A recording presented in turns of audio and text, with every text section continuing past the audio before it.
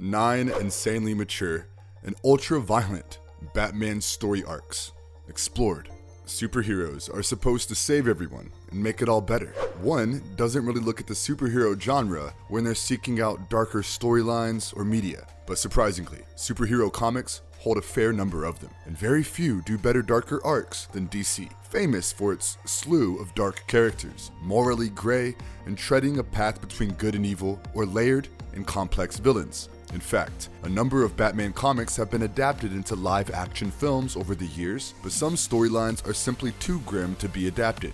Some stories are so bizarre that no amount of animation or live action will ever be able to capture them. The following are 9 Batman narrative arcs that are far too grim. In a crime-fighting career spanning decades, Batman has been known as the Dark Knight and has appeared in thousands of comic books. However, the writers of DC Comics have occasionally put pen to paper to create truly dark comics that are extremely gruesome, explicit, and sexually provocative. This video discusses some of the darkest Batman-related comics ever created. Many of Batman's and other Bat Family comics are dark, but the books listed below deal with mature themes such as child abuse, sexual assault, substance abuse, blood and gore, and psychosis, among other things. Somber tales have become quite popular, but they aren't for everyone, as evidenced by the polarizing critical reception. Some of these depressing books may not have been considered great by the reader, but they were surely unforgettable. Today, we bring to you 9 insanely mature and ultra-violent Batman story arcs. So, sit back, relax, and get ready for the darkness. Before we go into our explanation, we have a very small request. If you like our content, please support us by subscribing to our channel. This is a small click for you, but for us, it means a lot. Thank you. Let's begin. Arkham Asylum, Living Hell. While Batman's name has become synonymous with the superhero genre, another name has been synonymous along with it, the institution, Arkham Asylum. The mental asylum has evolved into a haven for the criminally insane, yet no other film has gone as deep into the asylum's dark recesses as this one. Although Batman doesn't make much of an appearance in it, Living Hell has a terrific name that tells you everything you need to know about what's in store. Living Hell is a narrative about the day-to-day life of Warren White, an Arkham convict who thinks pleading insanity when he's not in Gotham is a smart idea. It's dark and twisted, and it takes the reader on a journey. We largely follow White, who is a stand-in for Tobias Beecher and acts as our fish-out-of-water character, completely new to his quite terrifying surroundings, which is a fact that the plot doesn't shy away from hammering home to get great humorous effect. We learned the ins and outs of White's new surroundings as he does. The agony he undergoes transforms him into something new over the course of 6 chapters, similar to the transformation Beecher made over numerous seasons of Oz, while White's Breaking Bad metamorphosis occurs over a shorter time span, and the end outcome is far more terrible. But then, what do you expect from Arkham? We meet other inmates and even the Arkham staff, in addition to White. Yes, there are appearances from A-list villains, but the comic thrives when it concentrates on the underdogs. It's fantastic to see Slott and Sook humanize these people, who are usually either background extras or casualties in the ordinary Batman comic. It makes the environment of Gotham feel so much deeper and more alive, and it's wonderful to feel anything for these guards instead of seeing them as the punchline to Arkham's revolving door. We see how Arkham staff feel like captives through individuals like Cash, a security officer, and Carver, a resident psychiatrist. It is dark and heartbreaking, exactly what you would expect a place filled with all the criminals from a crime-riddled city like Gotham. Batman, number 452 to 454, Dark Knight, Dark City. Fans of the 1989 Batman film saw additional avenues for the character, which led to a major increase in readership for Batman comics in 1990. Due to the popularity of Batman, the show was moved to a bi-weekly schedule over the summer. Dark Knight, Dark City, a 3-part story that ran from Batman number 452 to 454, featured Peter Milligan and Chiron Dwyer. This is a supernaturally dark Batman comic that plays into the satanic hysteria of the time. The first few pages establish this with a late 1700s demonic ritual involving Thomas Jefferson and several of Gotham City's founding fathers. Cutting back and forth between the past and the present, we learn that their purpose is to raise a monster named Barbatos and gain power from him. Instead of the Dark Knight's usual hero detective notions, this one is a horror thriller. By presenting these images through the diary entries of a man present at the right, Milligan skillfully instills terror in the reader. It's a powerful approach to add fear because the entries build up in the reader's mind what can't be seen on the page. By enveloping the scene in shadows, Dyer achieves this. At the same time, colorist Adrian Roy uses spooky pinks and oranges to fill whatever light is available. Dwyer can concentrate on the terror of those there, since the horrors are shrouded in the shadows. His panels are densely packed, allowing for a vivid expression of emotion, while yet seeming claustrophobic. Overall, the combination of all of these aspects creates a truly creepy scenario. Dark Knight, Dark City is a storyline that ought to be read more often than it is. While the fact that the book has been out of print for a long time is not an indication of its quality, it does add to its underappreciation. Milligan and Dwyer have created a haunting Batman story arc that alternates between supernatural terror and high-octane action. Batman, the Cult. Deacon Blackfire leads a cult in Batman, the Cult, a short, 4-issue narrative from 1988. It was written by Jim Starlin, who not only penned A Death in the Family, a pivotal narrative in the Batman universe, but also invented Thanos. Blackfire is a charismatic sociopath who claims to desire to cleanse Gotham of evil because God told him to. Bat is psychologically broken into becoming one of Blackfire's mindless followers after days of torture, malnutrition, and drug-laced slop.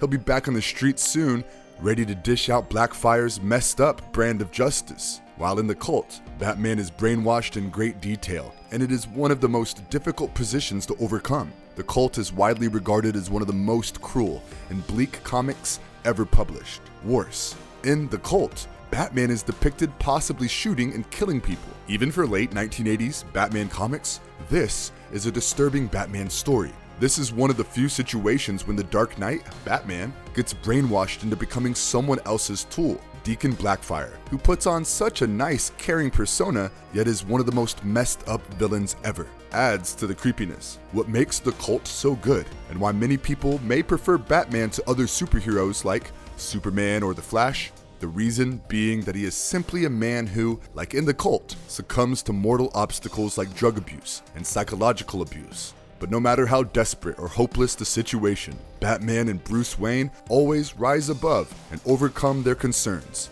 if not always in one piece. Batman, the Black Mirror. Scott Snyder wrote, and Francesco Francavilla and Jock drew Batman, the Black Mirror. It follows Batman, Dick Grayson, as he deals with Gotham as a living thing attempting to overthrow him.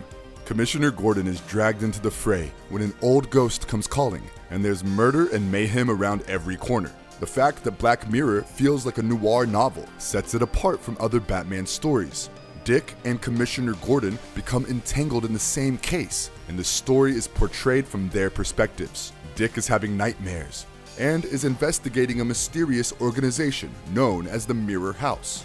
Dick is determined to stop wealthy Gotham residents from buying the souvenirs of infamous criminals from a man known as the Dealer. The story features James. He is a terrifying antagonist who is depicted as a complete psychopath. His friendship with Dick is similar to Bruce's friendship with Joker. He is Dick's Dark Mirror, a cold-blooded monster who battles a man who cares about everyone and wants to see the good in others. Dick is not the same Batman as Bruce. He meets Gordon on a rooftop to discuss leads in a touching scene. When Gordon looks up and sees Batman still standing in front of him, he says he needs to grow accustomed to seeing him there. Although the story's conclusion is unknown, it is hinted that James was successful in corrupting a new generation. There's a sense that Batman failed to save the day, which adds to the story's realism. The art of Jock and Francavilla is fitting for such a terrible story. Both contain gothic inspirations, although they were expressed in distinct ways.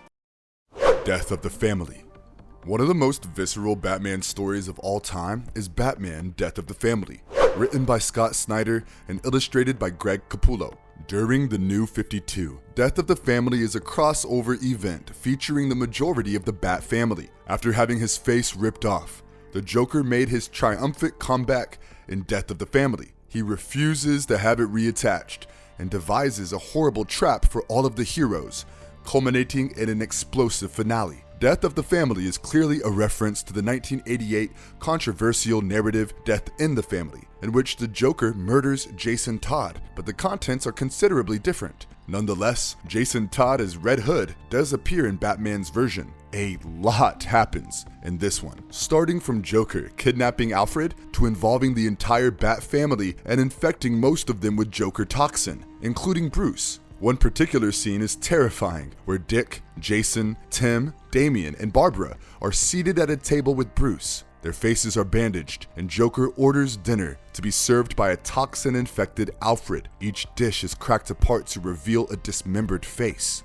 The Clown Prince of Crime is at his most unhinged and unpredictable, and the relationship between Batman and Joker is given new complexity. The climactic combat between Batman and Joker takes place near a subterranean waterfall, with Joker hanging over the brink. When the Dark Knight apprehends him, the Joker quips that he'll never let him go because Batman is too invested in their game. Batman responds by claiming that he is no longer like the Joker, that he picks his family, and that he knows who the Joker is. Joker breaks loose and disappears into the darkness before Batman can say his actual name.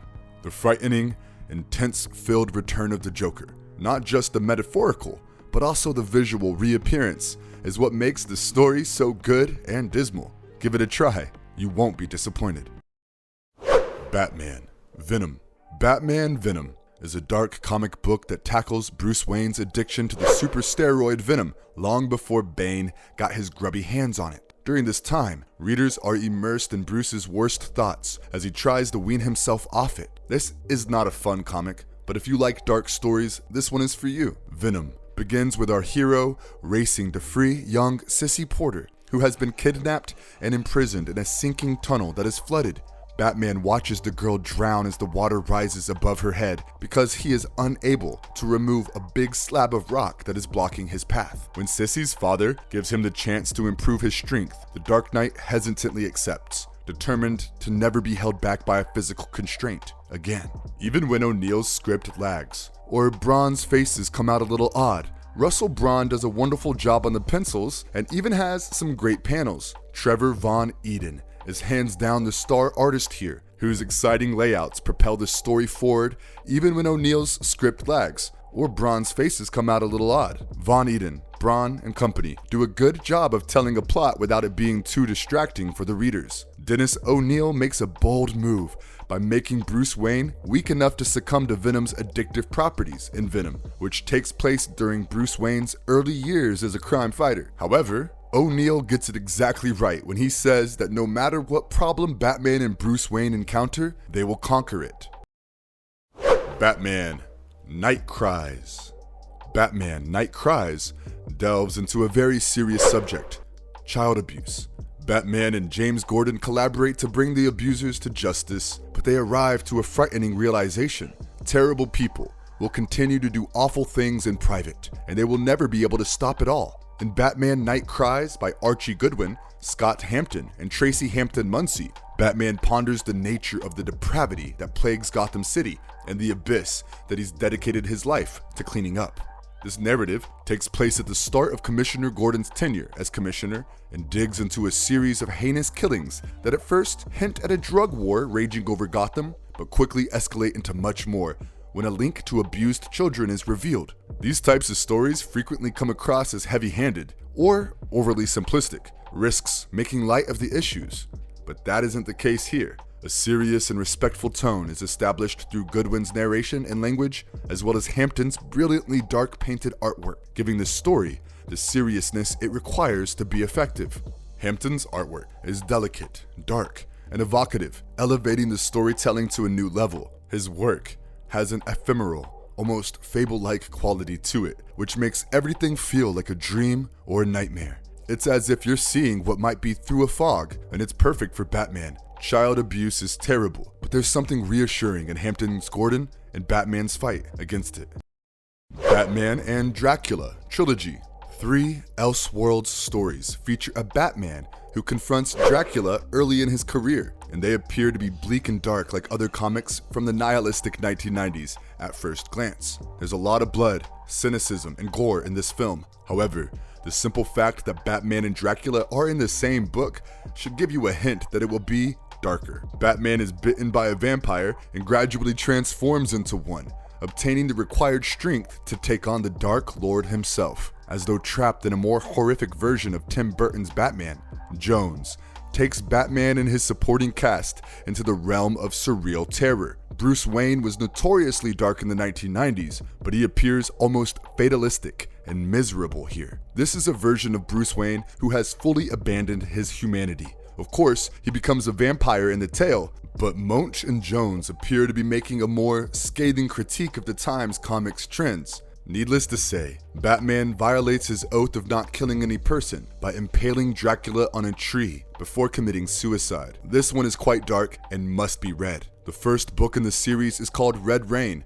and it's probably because there's a lot of blood in its pages. Batman develops into a feeble skeleton inside the iconic cape and cowl by the end of the third volume, Crimson Mist. The Batman iconography remains, but the work has withered and decayed. Being a vampire, it's due to a shortage of blood, but Munch and Jones appear to be portraying a Batman who has sacrificed Bruce Wayne to pursue his own dark ambition. Grim indeed, an avatar that DC and Batman fans of today have not experienced ever before. Batman, the Killing Joke.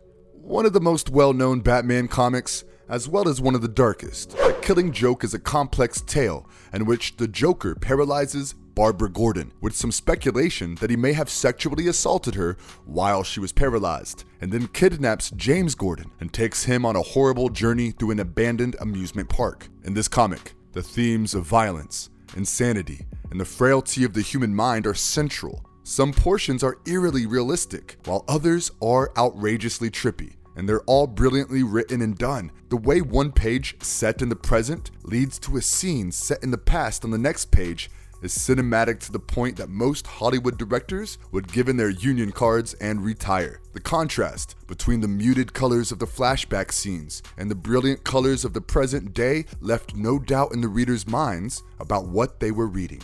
This book altered the DC Comics landscape, as well as providing what many fans consider the ultimate Joker narrative. The author intended for the book to be a standalone novel with no ties to the Batman universe. The story's sales, reviews, response, and acclaim disproved that theory. DC declared the event canon a year after the Joker wounded and paralyzed former Batgirl Barbara Gordon. Oracle, one of the greatest crippled comic characters of all time, was born as a result of this. Babs Gordon assumed this identity and became the DC Universe's information dealer and tech genius. This is a gloomy and dark story, not only because of the Joker, but also because of the unclear finale between Batman and the Joker. This is a must-read as far as dark comics centering around the much-loved caped crime-fighting superhero goes.